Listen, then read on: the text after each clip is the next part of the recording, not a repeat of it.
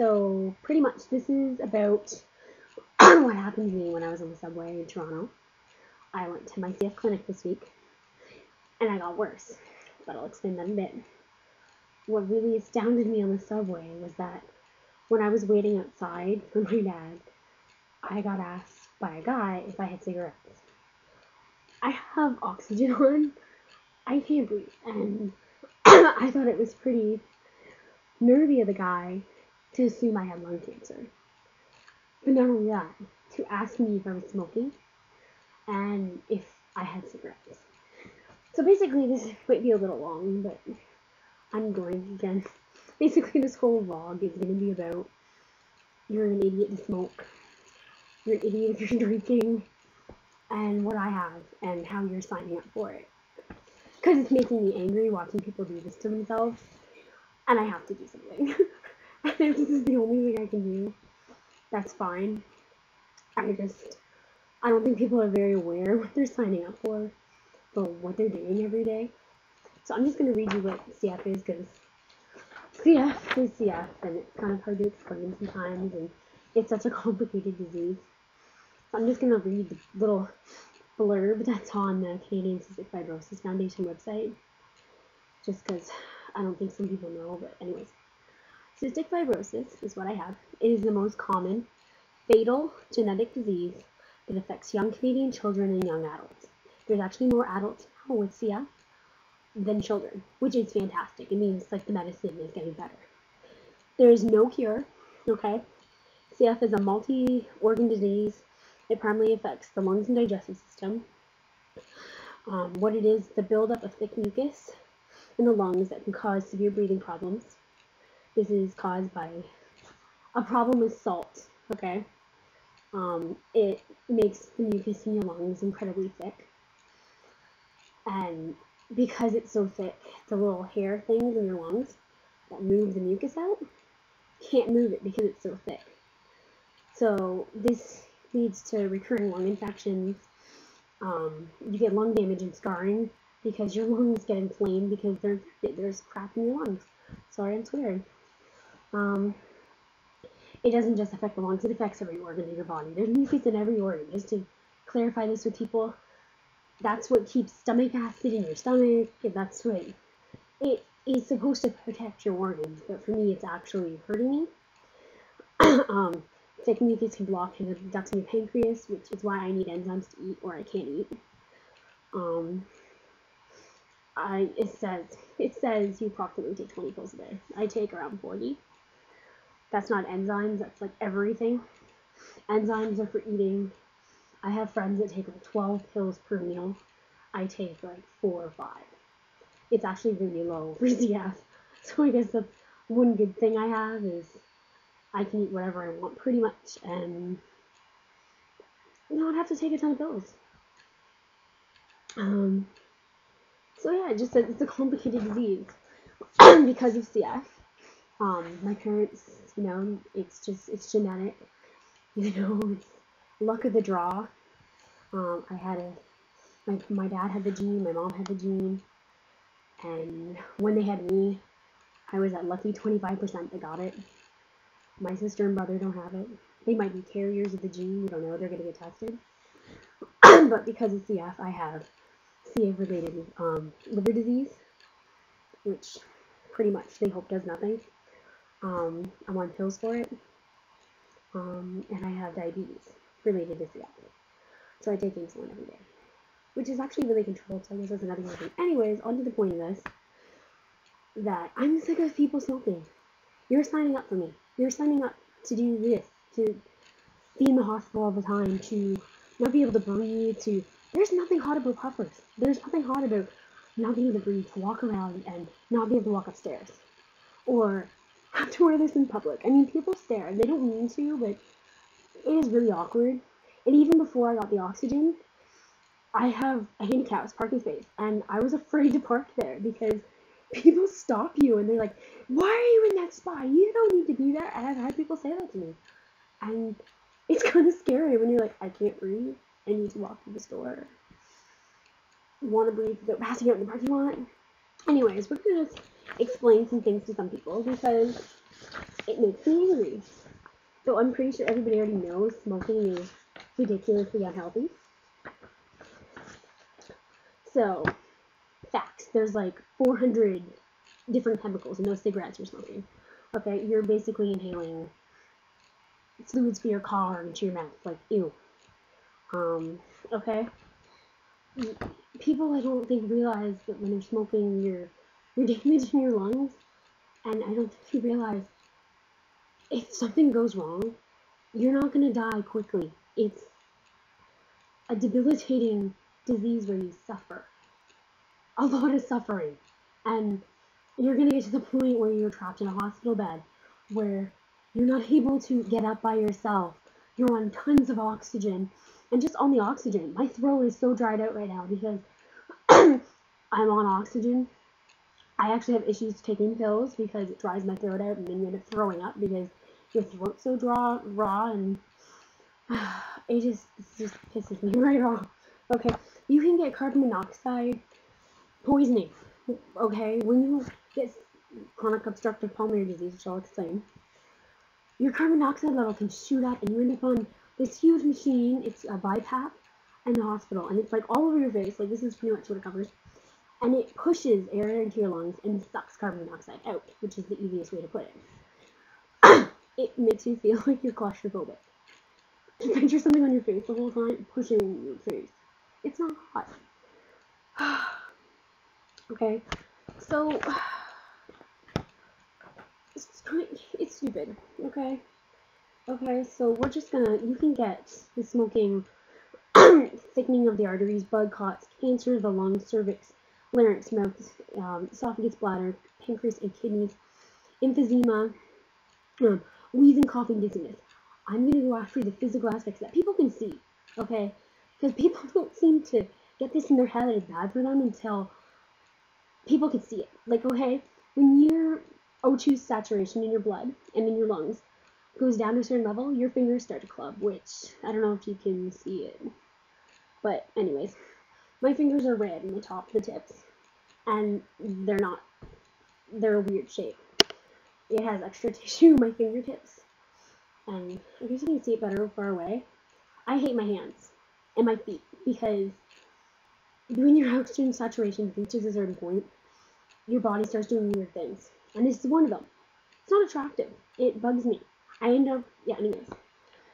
Okay, not only that, you're wrecking your lungs when you're smoking, you're wrecking them.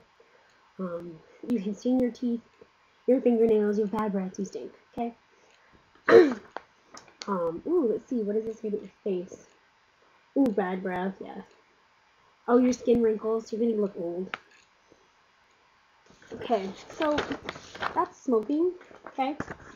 But this is what you can get. It's chronic obstructive pulmonary disease. When I'm in the hospital, I'm usually in a semi room. I just always luck out. I never get a private room. I always seem to be in semis. But I'm usually with people with chronic obstructive pulmonary disease, or COPD, or lung cancer survivors who now have more issues. But they got these diseases because they smoked, mostly. I'm not going to say completely. Some of these people got it from secondhand smoking where they worked. But for the most part, like 80% of them, they smoked for a long period of time, and this gave them this disease. COPD, it damages your airways. It blocks it. It's like mucus block. It's the same. It's pretty similar to CF, except it's not genetic, and you did it to yourself. They end up on a lot of the same medications I am, which is kind of awkward when you're looking at some, 45-year-old, and you're like, wow, you did this to yourself, and good job. Like, I got here, and I don't want to be here, and you did this because you wanted to, smoke every day? There's if you're addicted to it, get addicted to something else. There's so many things you could do instead of smoking.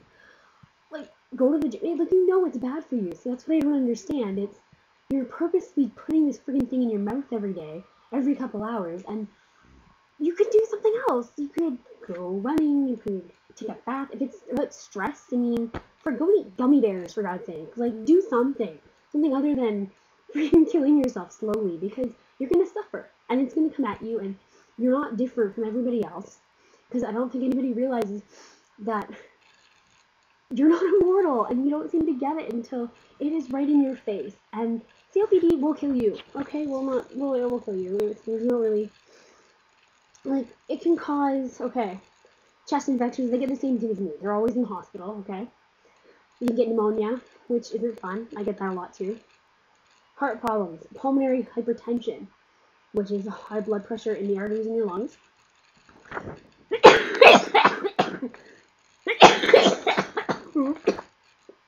You get that sexy cough. You get osteopenia, which is pre-osteoporosis, or you get osteoporosis.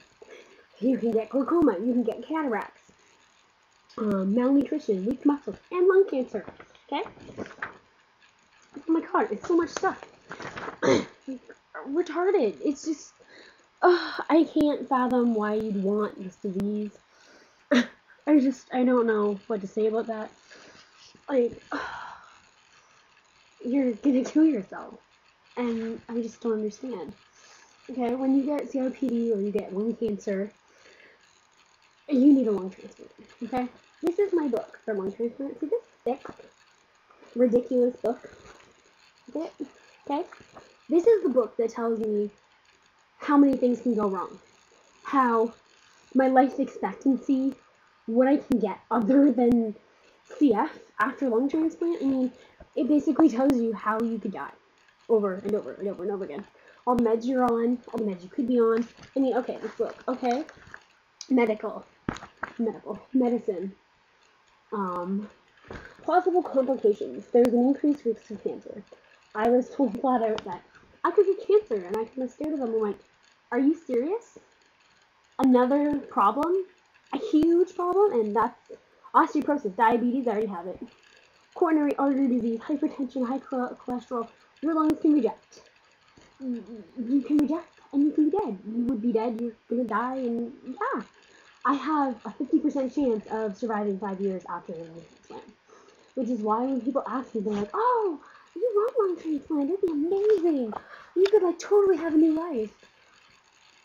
You can die. Like, it's not just pick up and go and cure. Like, I mean, it's so much work, and you're on so much medication after, which doesn't bother me because you're just switching medication. But you're on so much, and it's so hard and strenuous, and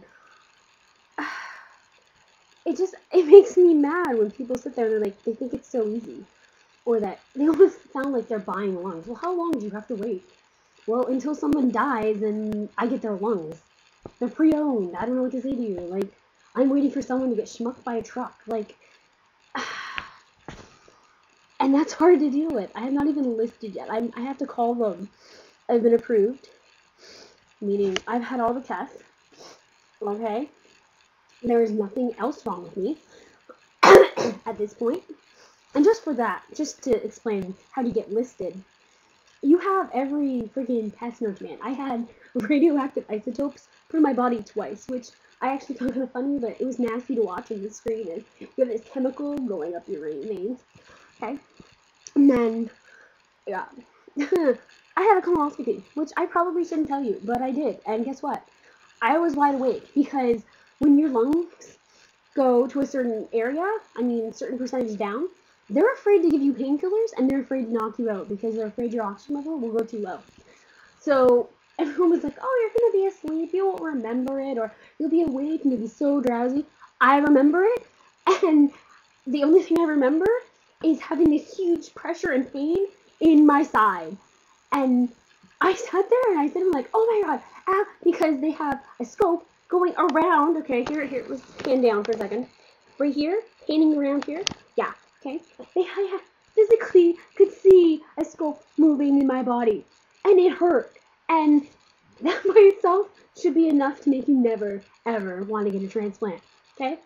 Second, I had to get a stomach tube, or not a stomach tube, a nasal tube, NG tube, when I was in the hospital because there was GI issues going on. I didn't need to gain weight, but it was for other things.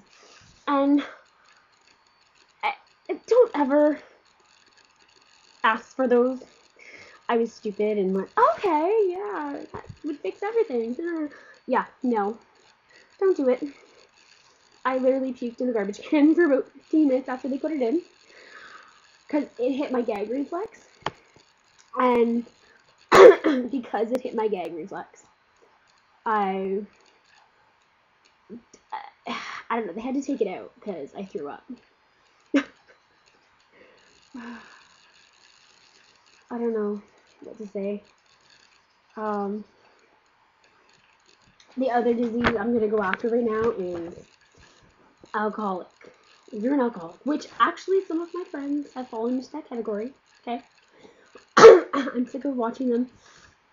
I mean, go out every Friday, Saturday night. I'm sorry, Thursday, Friday, Saturday night.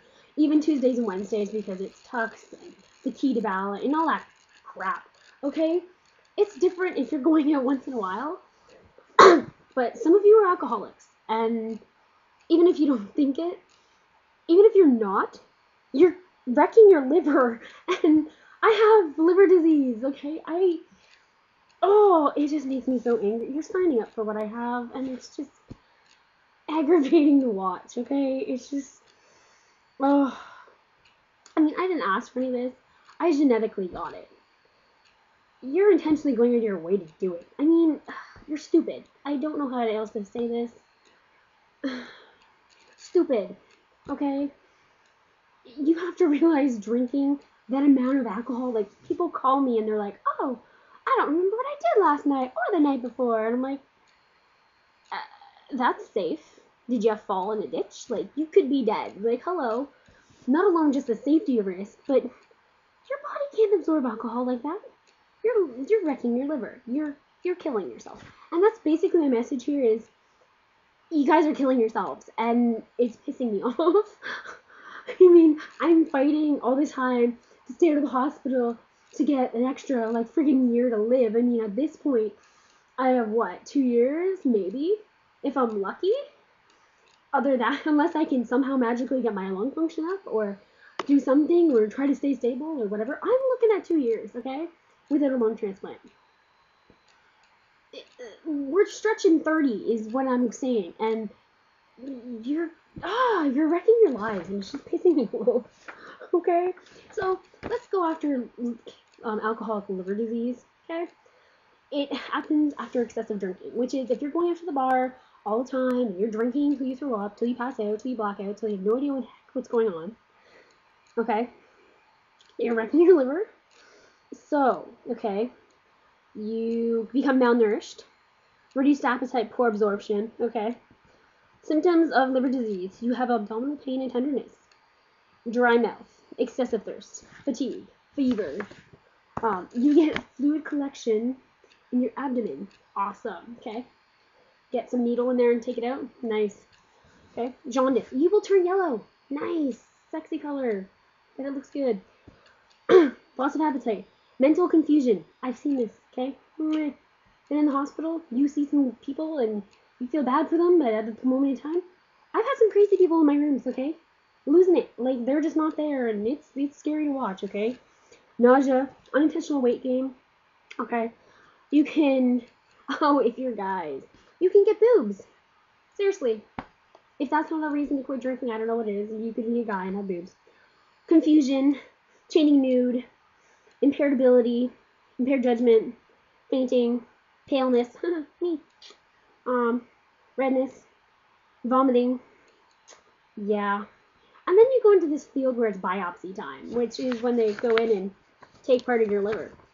So, I don't know what else to say. I just watched 65 Red Roses. You can go to 65redroses.com and get a DVD. It's with Ava Mavcourt, okay? And I think I just pronounced her name really last name wrong. I'm so sorry. We're not going to say it again because I'll just mess it up. She had CF, okay? She got a lung transplant, and she just died this past year. That DVD is my life. Like, it's hard to watch because it's my life. Because, you know, I'm saying, if you want to know what my life is really like, and all the meds and all that crap, that's what you watch, because I've never actually had anything I could hand someone before and be like, watch this, because then you completely understand. But, stop smoking, please. I mean, there's so many things you can take now. I don't understand it. Don't drink excessively. Like, take care of your body. I mean, I don't understand why anybody would want not to. Don't be stupid. That's basically the point in my anger going at people. Unless you want this book to be handed to you, okay? Or a liver book, okay? They do the same thing? And you have to go through all this stuff and go through this thing where you have to sign power of attorneys and tell them if the bad happens and you go for the worst, who can make those decisions for you. I need to write a will. I'm 22 years old and I'm writing a will. Do you want this? Like, don't you want to see your kids, your grandkids, get married, go to college, go to freaking Mexico? Like, don't you want that? I'm so jealous of some people in their lives, and they just make me angry when they're wrecking their life.